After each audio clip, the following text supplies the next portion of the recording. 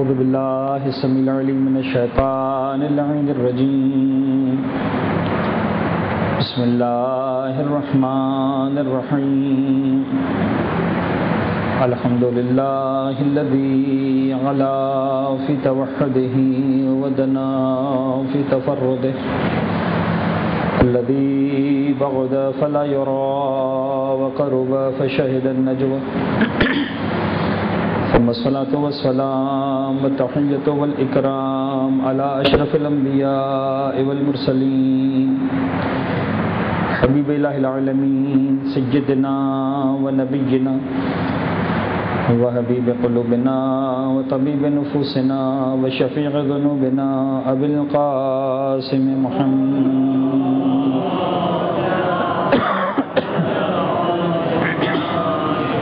وعلى أهل بيته الطيبين الطاهرين المعصومين المنتجبين، لا سيما على بقية الله في الأرضين وحجته إلى العالمين، واللعن الدائم على أعدائهم ومنكري فضائلهم وغاصبي حقوقهم أجمعين، من يوم ظلمهم وغصبهم وعداوتهم إلى يوم الدين. بسم الله الرحمن الرحيم. اللهم كن لوليك الحجة بن الحسن صلواتك عليه وعلى آبائه في هذه الساعة وفي كل ساعة وليا وحافظا وقائدا وناصرا ودليلا وغينا حتى تسكنه أرضك طوعا وتمتعه فيها طويلا.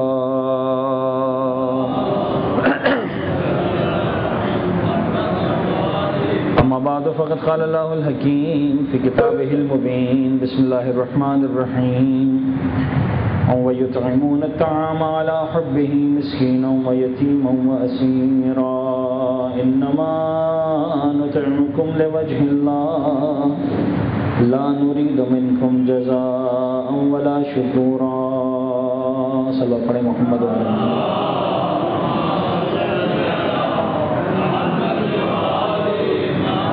ایک مرتبہ اور صلوات پڑھ دیجیے گا محمد وعلیہ.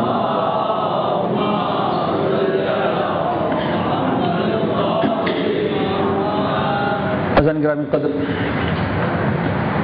سال میں ایک آدھ مرتبہ ہی صحیح لیکن آپ عزیزان کی خدمت میں حاضر ہونے کا موقع ملتا ہے، اور آج بھی اسی اعتبار سے میں آپ عزیزان کی سماع خراشی کے لیے حاضر ہوا ہوں، اور اس اعتبار سے کہ میں پہلے بھی ایک سے زیادہ بار یہاں پر آ چکا ہوں، آپ عزیزان کو شاید یاد بھی ہوگا. ہر گفتگو کے آغاز میں ایک نہ ایک فقہی مسئلہ ضرور آپ کے ساتھ شیئر کرتا ہوں. اب ظاہر سی بات ہے کہ میرے پاس کوئی ایسا ریکارڈ نہیں ہے کہ میں نے کون سا مسئلہ ڈسکس کر لیا ہے اور کون سا نہیں کیا، اس لیے کہ میں بہت زیادہ یہاں پر آیا بھی نہیں. ایک مسئلہ بڑی عمومی نوعیت کا ہے، اور عمومی نوعیت کا تو خیر نہیں ہے، لیکن ایسا ہے کہ پیش تو کم آتا ہے، اور خدا کرے کہ کم پیش آئے، لیکن لا علمی کی وجہ سے جب پیش آتا ہے تو اگر لا علمی ہو تو بڑی شاندار اور بڑی زبردست غلطیاں اس مسئلے میں ہوتی ہیں، لہذا وہ مسئلہ میں آپ کے ساتھ شیئر کر رہا ہوں. اسلامی نظام میں طلاق ایک ایسا مسئلہ ہے جو بہرحال شریعت کا حصہ ہے، اور یوں سمجھ لیجئے کہ اہل بیت اطہار نے بھی جب اس لفظ طلاق کا تعارف کروایا تو یہی کہہ کر تعارف کروایا کہ ابغض الحلال عند اللہ الطلاق، خدا کی نگاہوں میں ناپسندیدہ ترین جو حلال ہے وہ طلاق ہے. حلال اس لیے رکھا ہے کہ انسان کو بہرحال ایک راستہ ہونا چاہیے، اگر خدا نہ خواستہ کوئی بھی ایسا حالات پیش آتے ہیں تو یہ راستہ اوپن ہونا چاہیے. لیکن ایک ایسا حلال ہے جو خدا کبھی بھی نہیں چاہتا کہ انسان پریکٹس کرے. دوسرے الفاظ میں یہ وہی کیفیت ہوگی کہ جب انسان بالکل آخری مرحلے پر پہنچ گیا اور تب کہیں جا کر گھر توڑنے کی بات کرتا. مجھے اس وقت کلی طور پر ایک ہی خاص مسئلہ عرض کرنا ہے، کیونکہ یہ ٹاپک ایسا ٹاپک ہے کہ اگر صرف جو ضروری فقہی مسائل بھی اگر میں بیان کروں گا تو کم از کم 1.5 سے 2 گھنٹے چاہیے اس پورے سسٹم کو سمجھنے کے لیے کہ طلاق کا سسٹم ہے کس طرح سے، کیا اس کی ڈائمینشنز وغیرہ وغیرہ. سمجھانا صرف یہ ہے کہ مرد اور عورت کے درمیان جب جدائی کی بات آتی ہے یا ساتھ رہنے کی بات آتی ہے تو 4 ہی صورتیں ممکن ہیں، 5ویں کوئی صورت پاسبل نہیں ہے. جو سب سے آئیڈیل سچویشن ہے اور خدا کرے کہ ہر گھر کے اندر ہو، وہ یہ ہے کہ نہ مرد عورت سے علیحدہ ہونا چاہتا ہے نہ عورت مرد سے علیحدہ ہونا چاہتی ہے. یہ سب سے آئیڈیل سچویشن ہے اور خدا کرے کہ ہر گھر میں ہو اور خود بخود جہاں پر بھی اس طرح کی کیفیت ہوتی ہے وہاں پر گھر چلتے ہیں اور بڑے شان سے چلتے ہیں. اور کچھ حد تک جو میرا آج کا موضوع ہے شہزادی سیدہ کے حوالے سے، وہ اسی موضوع سے ریلیٹ بھی ہوگا. پھر 3 کیفیات مزید بنتی ہیں کہ جس کا نتیجہ بعض اوقات سپریشن کی صورت میں نکلتا ہے. پہلی کیفیت یہ ہے، پہلے اس کیفیت کے بعد اب جو 3 کیفیتیں ہیں، ایک کیفیت یہ ہے کہ مثال کے طور پر عورت کو کوئی حرج نہیں ہے، عورت مرد کے ساتھ رہنے کو تیار ہے، مرد عورت کو نہیں رکھنا چاہتا اور وہ اس کو گھر سے نکال دینا چاہتا ہے، قطع تعلق کر لینا چاہتا ہے وغیرہ وغیرہ وغیرہ. دوسری کیفیت برعکس ہے کہ مرد عورت کے ساتھ رہنے کو تیار ہے، عورت ہے جو مرد کے ساتھ رہنے کو تیار نہیں ہے اور وہ کسی وجہ سے بھی کہتی ہے اپنے مرد سے کہ تم مجھے چھوڑ دو، آزاد کر دو، طلاق دے دو، مجھے معاف کر دو، میری غلطی ہو گئی، میں تمہارے ساتھ رہنا چاہتی ہوں، ختم ہو گیا. تیسری کیفیت جو شاید بدترین کیفیت تصور کی جا سکتی ہے وہ یہ ہے کہ نہ مرد عورت کے ساتھ رہنے کو تیار ہے نہ عورت مرد کے ساتھ رہنے کو تیار ہے. تو پہلی کیفیت اس میں کبھی طلاق کی بات آئے گی نہیں. جو آخری کی 3 کیفیتیں ہم اسی 3 کو ڈسکس کریں گے. تو ایک کیفیت یہ ہوگی کہ مرد عورت کے ساتھ نہیں رہنا چاہتا، عورت رہنے کو تیار ہے. اگر اس سچویشن میں سپریشن ہو اسے کہتے ہیں طلاق. یعنی جب عورت رہنا چاہتی ہے لیکن مرد کہتا ہے نکل جاؤ، میرا گھر چھوڑ دو، میں تمہیں آزاد کر رہا ہوں، اس پروسیس کا نام ہے طلاق. جب عورت مرد کے ساتھ نہ رہنا چاہے، مرد کو کوئی حرج نہیں ہو، اور اگر سپریشن ہو تو اس پروسیس کا نام ہے خلا. یہ لفظ خلا ہم نے سنا ہے بہت زیادہ، وہ یہی ہے. خلا یہی ہوتا ہے کہ عورت کہتی ہے مجھے تمہارے ساتھ نہیں رہنا، مجھے خلا دے دو، مجھے آزاد کر دو. تیسرا لفظ بھی ہمارے یہاں ہے طلاق اور خلا کے بعد کہ جس کو شاید بہت کم لوگوں نے سنا ہوگا، اور یہ اس کیفیت میں ہوتا ہے جب نہ مرد عورت کو رکھنا چاہتا ہے نہ عورت مرد کے ساتھ رہنے کو تیار ہے. دونوں ہی ایک دوسرے سے نفرت کر رہے ہیں، دونوں ہی ایک دوسرے سے تنگ ہیں، دونوں ہی ایک دوسرے سے جان چھڑانا چاہتے ہیں. اگر اس صورت میں آپس میں سپریشن ہو تو اسے نہ طلاق کہتے ہیں نہ اسے خلا کہتے ہیں، بلکہ اس کے لیے ایک اور لفظ استعمال ہوتا ہے and that particular word is called مبارات. مبارات میم بے الف، اس کے بعد جس طرح دن اور رات لکھتے ہیں رات، مبارات. مبارات کا مطلب یہ ہے کہ یہ اس سے بری ہے وہ اس سے بری ہے، یہ اس سے بیزار ہے وہ اس سے بیزار ہے. مبارات آپس میں. جو مجھے مسئلہ سمجھانا تھا جس کے سے اصل یہ مسئلہ ڈسکس کیا وہ یہ ہے کہ چاہے طلاق طلاق والی ہو، چاہے خلا والا سپریشن ہو، چاہے مبارات والا سپریشن ہو، یعنی چاہے وہ کیفیت ہو جب مرد ہی عورت کو نہیں رکھنا چاہتا،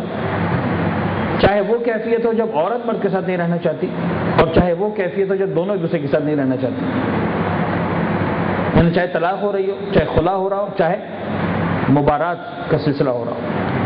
تینوں صورتوں میں جو اختیار ہے وہ صرف اور صرف اور صرف اور صرف اور صرف مرد کے ہاتھ میں. یہ بڑا اہم مسئلہ جو سمجھانا تھا، یہی مسئلہ سمجھانا تھا. طلاق کا اختیار بھی مرد کے ہاتھ میں، خلا کا اختیار بھی مرد کے ہاتھ میں 100%، مبارات کا اختیار بھی مرد کے ہاتھ میں. طلاق کے معاملے میں مرد کسی کو سنے گا یہ طلاق دے دے گا. خلا کے معاملے میں عورت کو یہ اختیار ہے کہ وہ مرد سے درخواست کرے کہ تم مجھے چھوڑ دو، میں تمہارے ساتھ نہیں رہنا چاہتی. مرد کی مرضی ہے کہ اس عورت کو آزاد کرے، مرد کی مرضی کہ اس عورت کو آزاد نہ کرے. اب ممکن ہے بہت سارے سوالات ذہنوں میں پیدا ہوں، یعنی خاص طور پر ان مومنین کے ذہنوں میں بڑے سوالات ہوں گے کہ کسی بھی وجہ سے جن کی بچی، جن کی بیٹی، جن کی بہن تکلیف کا شکار ہے، لیکن مولانا صاحب یہ کیسا دین ہے کہ تکلیف بھی ہماری بیٹی برداشت کرے، تکلیف ہماری بہن برداشت کرے، اور اختیار شوہر کے ہاتھ میں ہو، اس کی مرضی ہے خلا دے، اس کی مرضی ہے خلا نہ دے۔ تو بہرحال ایکسیپشنز کبھی بھی رول کو چینج نہیں کرتے۔ کلی طور پر ڈیبیٹ کافی ساری ہے اس کے اندر کہ آخر کیوں اسلام نے جو ہے وہ اختیار مرد کے ہاتھ میں ہی رکھا ہے، کیونکہ بعض اوقات ایسا بھی تو ہوتا ہے نا کہ جب عورت کسی کے بہکاوے میں آ کر مرد سے طلاق مانگ رہی ہوتی ہے، مرد سمجھ رہا ہے کہ نادانی کر رہی ہے، تو اسلام کہتا ہے کہ ٹھیک ہے ڈیسیشن مرد کے ہاتھ میں رہنے دو، شوہر کے ہاتھ میں رہنے دو، عورت نادانی کر سکتی ہے، ناسمجھی کر سکتی ہے، تو کلی قانون بنا دیا گیا۔ بعض اوقات اس قانون کا ناجائز استعمال بھی ہو جاتا ہے۔ قانون جب بھی بنتا ہے تو بہرحال جہاں اس کے 80%، 90% جائز استعمال ہوتے ہیں، وہاں 5-10% ناجائز استعمال بھی ہوتے ہیں۔ تو بہرحال پھر قیامت اور پروردگار کی عدالت ہے، یعنی اگر دنیا کی ساری عدالتیں عظمیٰ بیکار ہو جائے تو وہ عدالت عالیہ پروردگار کی ہے جو از خود نوٹس بھی لیتی ہے دنیا میں، اور اگر دنیا میں از خود نوٹس نہ بھی لے اور کسی وجہ سے پروردگار عالم درگزر کرے اس دنیا کی حد تک، تو بہرحال آخرت کے اندر پروردگار اس کی سزا ضرور دینے والا ہے اگر کوئی شخص اس حق کا ناجائز استعمال کر رہا ہے۔ لیکن بہرحال جو قانون فقہ ہے وہ یہی ہے، اہل بیت اطہار کا جو بتایا ہوا قانون ہے وہ یہی ہے۔ لہذا یہ تصور کہ ہم کورٹ میں جا کر، عدالت میں جا کر، پاکستان کی عدالت میں جا کر خلا لے کر آ جائیں گے، اور شاید پاکستان کی عدالت اور کوئی کام کرتی ہو نہ کرتی ہو آسانی کے ساتھ، یہ واحد کام ہے جو انتہائی آسانی سے ہو جاتا ہے، اتنا آسانی سے ہوتا ہے، اور خاص طور پر اگر کسی وکیل کے تھرو آپ چلے گئے تو ایسا لگتا ہے کہ جیسے شاید پاکستان دنیا کا آسان ترین قانون تھا، قانون خلا، اور جا کر خلا لے کے آ جاؤ، اور کورٹ پیپر بنا کے دے دے گی کہ ٹھیک ہے اس عورت کو خلا ہو گئی ہے، اور قانون نے جو ہے عدالت نے جو اس عورت کو خلا جاری کر دیا، بس بات ہی ختم ہو گئی۔ عزیزان گرامی، سمجھانا صرف یہ ہے، اگر کسی عورت نے اس طرح سے کورٹ سے خلا لیا ہے تو خلا لینے کے باوجود وہ 100% ابھی بھی اپنے اسی شوہر کی بیوی ہے جس سے اس نے خلا لیا ہے۔ فقہ اہل بیت کے اعتبار سے ایسی عورت کو کسی دوسرے مرد کے ساتھ شادی کرنے کی 1% بھی اجازت نہیں ہے، اور اگر خدا نہ خواستہ وہ شادی کر رہی ہے تو اس کا خیال ہے کہ وہ شادی کر رہی ہے، در حقیقت وہ بدترین گناہ کا ارتکاب کرنے جا رہی ہے، اور یہ منزل ہے جہاں بعض اوقات بلکہ اکثر اوقات کبھی والدین ساتھ دیتے نظر آتے ہیں، کبھی بھائی ساتھ دیتے نظر آتے ہیں، کبھی خاندان کے کردہ افراد ساتھ دیتے نظر آتے ہیں، اور اس طرح کی کئی تو نہیں کچھ ایگزامپلز ہمارے سامنے آ چکی ہیں۔ لہٰذا اب مجھے نہیں معلوم یہ مسئلہ کہاں کہاں پر ہے، پتا تو چلتا نہیں، کوئی ساتھ میں لے کر گھومتا تو نہیں کہ مولانا صاحب میرے ہاتھ میں خلا کی فائل ہے، اور یہ مسائل وہ ہیں جو عام طور پر پوچھے بھی نہیں جاتے ہیں، اور چونکہ لا علمی ہوتی ہے فقہ اہل بیت سے، تعلیمات اہل بیت سے، تعلیمات دین سے، تو پھر انجانے میں اس طرح کی غلطیاں ہو جاتی ہیں اور ہو رہی ہیں۔ تو ظاہر سی بات ہے ورڈ آف دا ماؤتھ کے ذریعے اس طرح کی باتیں، اس طرح کے پیغامات اسپریڈ کیے جا سکتے ہیں۔ میں نے آپ کے ساتھ شیئر کیا، انشاءاللہ اگر آپ کو کبھی ایسا زندگی میں خاندان میں کوئی مسئلہ پیش آئے گا تو یقیناً آپ حضرات اپنے رشتہ داروں کو، دوستوں کو، احباب کو اس مسئلے میں شاید صحیح انداز سے رہنمائی کر پائیں گے۔ ایک صلوات پڑھ دیجیے گا محمد و آل محمد۔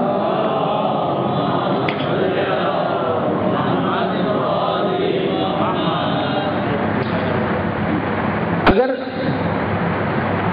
موضوع کی بات کی جائے شہزادی کونین شخصیت و کردار کے آئینے میں، تو یہ موضوع ایسا موضوع ہے کہ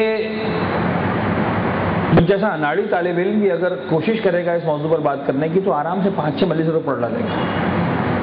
اگر بہت زیادہ کہ میں دعویٰ نہ کروں، اس لیے کہ اتنے فضائل ہیں، اتنے مناقب ہیں، اتنے پہلو ہیں شہزادی کی شخصیت کے، جس کو ہمارے علماء نے لکھا، تاریخ میں مورخین نے لکھا، اپنوں نے لکھا، غیروں نے لکھا۔ اور ایک انتہائی اہم نقطہ جس پر اگر ہم تھوڑا سا غور کریں پھر میں بات کو آگے بڑھاؤں اور جو 2-4 باتیں میرے ذہن میں آپ کے ساتھ شیئر کروں، کہ عام طور پر لمبی سوانح ان شخصیات کے بارے میں جو بڑی آسانی کے ساتھ تصور کی جاتی ہے کہ جنہوں نے اس دنیا کے اندر طویل زندگی گزاری ہے،